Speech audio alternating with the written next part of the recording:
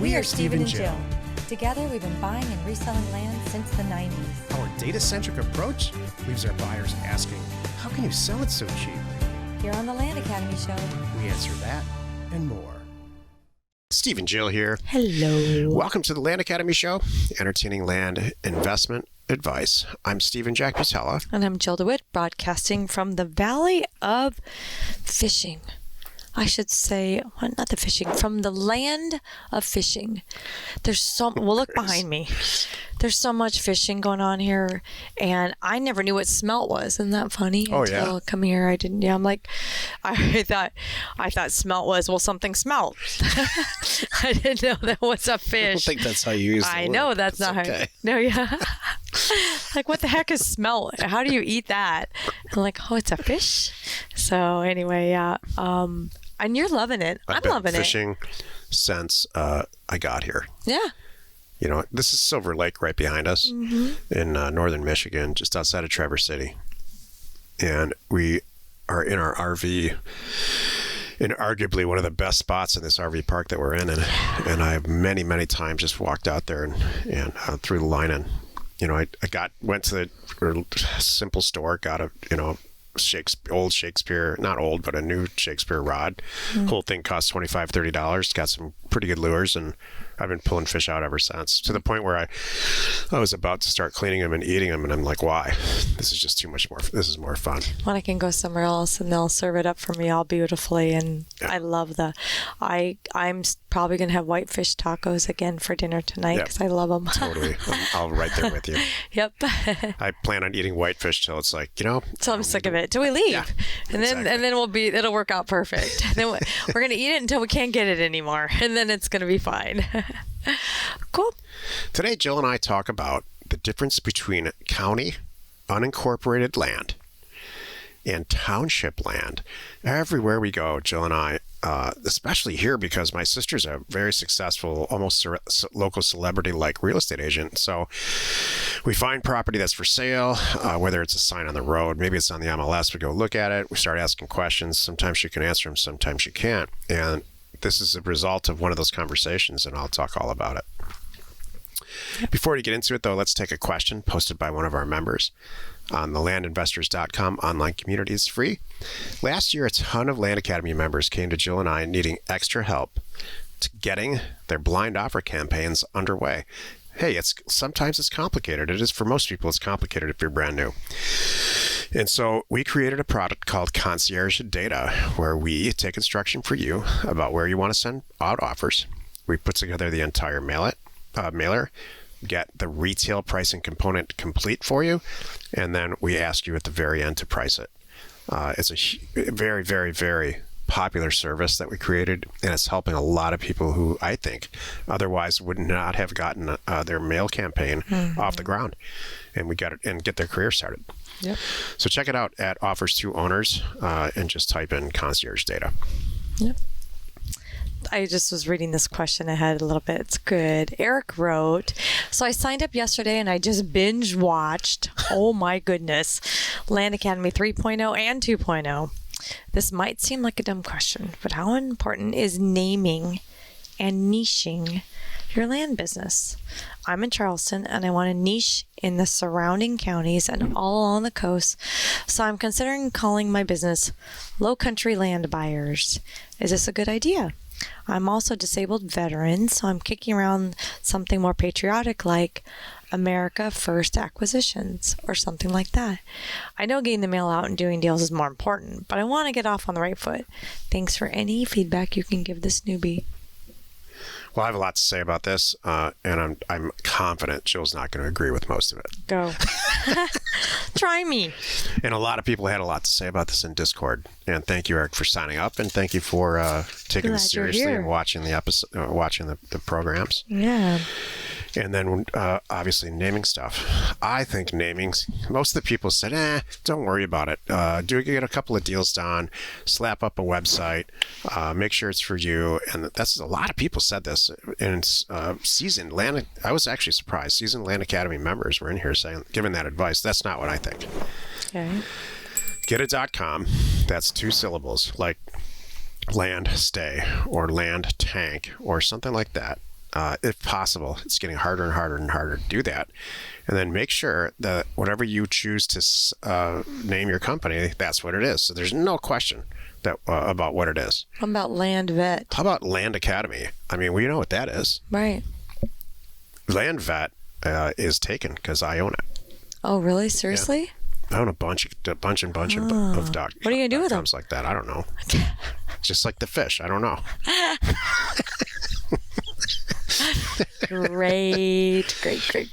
I really think that, and number two, and this is actually more important than actually naming the company. Niching your land business is a bad idea in the beginning, and I think maybe this is what everybody was responding to. You know, if I had a nickel for every time we went out and tried to do something really specific, and then it's like, wow, this worked, and now we painted ourselves into a corner because we can only do one thing. Just ask Luke Smith. The name of his company is Rural Vacant Land, and he doesn't deal with rural vacant land anymore at all. You know, he's buying all kinds of property, developable properties. So I love the vet angle, and I love the American angle. If I had to pick the ones, America First Acquisitions, I think you're going to probably get a really good response rate, maybe better than you normally would on a mailer for that. So, you know, I think something patriotic is great, but it can't be a really long .com. It needs to be, you know, Maryland. Yeah, low country land buyers would be hard for me to .com would be hard for me to type in. It's going to take a lot of time. Yeah. So I understand. Shorter is always better. Real specific. Shorter is always better, and sending one message is great. We are American land buyers, but just keep it as small as you can. It's hard. And I've spent days on this. You know, I just bought a .com. I know you have. I spend money on .coms, sometimes too much, and when they don't get used the way that they should or is fast enough, the person my business partner lets me know about it. Oh, yeah. We have jackjill.com, pretty expensive. Yeah. We don't use it the way we should. No. I keep threatening to start this company called Man Plan, PLAN. You know, you're a man, you need a plan, you need a life plan. That just hasn't happened yet. And, that's okay. Good money for that. That's all right. Every time jewelry comes up, I'll have to say Man Plan. You're like, oh yeah, you're right. Today's topic: the difference between county unincorporated property and township property. This is the meat of the show. I'll be over here. My sister is, as I mentioned earlier, a successful local real estate agent. Can't go to any restaurant without just stop and talk to everybody. They just know her. They know everybody, which is funny for me because that's just not how I knew her when she was a little kid. Anyway, we started to look at this piece of property that's listed on the MLS. Jill and I did, and I'm just talking with my sister over drinks about what it can be used for and what she thinks about the area. And she said, "What township is it in?" And I said, "What the hell's a township? And why would that matter? Isn't it in unincorporated? Isn't it in an unincorporated area of Traverse County?" And she looked at me cross-eyed. And it's just, every time I get with my sister, we get into a 2-hour debate about something like this, and it happened to be this topic this time. She said, "What the hell is unincorporated property?" I said, "Well, in out west, everywhere out west, there's property. When you look at the map, it just hasn't been incorporated. It's not in a city or a town. You know, Phoenix is an incorporated town. Paradise Valley is an incorporated town. Scottsdale, and on and on and on. So when there's property that's inside an incorporated area, they have the jurisdiction to tell you what you can do with it. They typically have a planning and zoning. It's just, you know, you can't put a heavy industrial factory next to a subdivision in most cases. They have some type of urban plan or even rural plan. And so, and all kinds of different uses for different types of property. In a lot of cases, if it's really rural, they just it has unclassified. We don't know what it is yet because we're not as developed as some more urban places. Well, that's not the case in Michigan at all. Michigan has townships, and the townships, just like it comes from Range Township. It's 36 square miles. And so if you look at a township map in Michigan, everything is incorporated by there's no such thing as unincorporated land as I can see it. And the townships are straight lines or squares, and they stop. And then the next one starts, and that's just not what happens out west at all. It's like congressional districting. It's all depending on the land, and strange little places. And then you'll find, in a lot of cases, you'll find right an island of unincorporated property within a city. Right. So it's kind of like it organically developed over time. The issue, why do we care? So what we very much care because of this. If that property was unincorporated that Jill and I looked at, we'd probably buy it, because the rules about what to do with the property are very unrestricted. Right. When it's in court, so my point, and this whole point of this episode is absolutely check in your level 2 due diligence what the jurisdiction is for your target acquisition. If it's in an unincorporated area, then you're going to talk to the county about what you can do with it. If it's in a city or a town, then you're probably going to start with the town to see if, hey, can I put a trailer park there? And they're going to say, oh my God, no, are you nuts? Right. And the county might say, oh, sure. Right. You got to do these 5 things, and we'll help you, by the way. Right. In a township is something in between that. That's what I learned in my stay in Michigan. That's really good. That's really interesting. My first encounter with it was in Arizona, where I was buying land, and, in this circle, this bubble that happened to be inside the city limits, you had to be site built. But then I go, okay, wait a minute, but a half mile over there, she's, oh no, yeah, that's right. Now that's outside. Over there, it doesn't have to be site built. I'm like, huh? I'm like, wait a minute. It was so confusing. It was not that far. It didn't seem to really make sense. But it's just like you said. Check it out, though. It's really good. And you're right. Usually the county restriction, the county is going to be more. My experience is way more forgiving and a lot less rules. And more encouraging. Right. Like, hey, not especially parts of like Texas, like West Texas, knock yourself out. It's like the good old boys, Wild West stuff, And the whole thing's not an if-then statement. So townships in Michigan, anyway, because I did a bunch of research after we talked about this and for this episode. Each township is different. So sometimes they have an assessor, just like the county does. They get involved in an assessor, not necessarily a treasurer, but an assessor. And so they're all very, very different. It's not by any stretch, townships have this role and that's it. It's very, very flowy. Makes it complicated. I was in the county office about a week ago with my niece. There's getting a marriage license. Yeah, not me, her. How did that all go?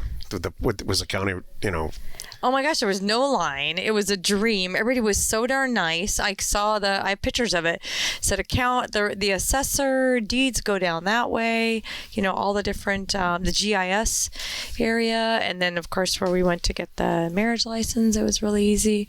No, it was nice and sweet and easy. It was like weird that it was not busy. There was nothing going on in there. It kind of felt oddly quiet, but it was cool. So I'll end on this. I didn't really realize it, but for years I've been sending out area specific mailers for county property only that's a certain size and a certain zoning designation, because I know this is the stuff we talk about in Career Path, because I did all the research before I sent out the mail.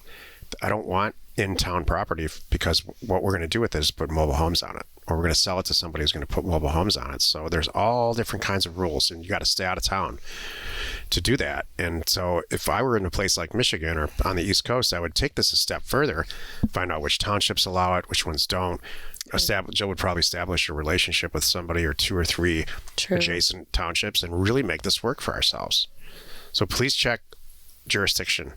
Jurisdiction as a concept is if you've ever taken a law class, I took a couple of law classes and really learned that I don't want to be a lawyer.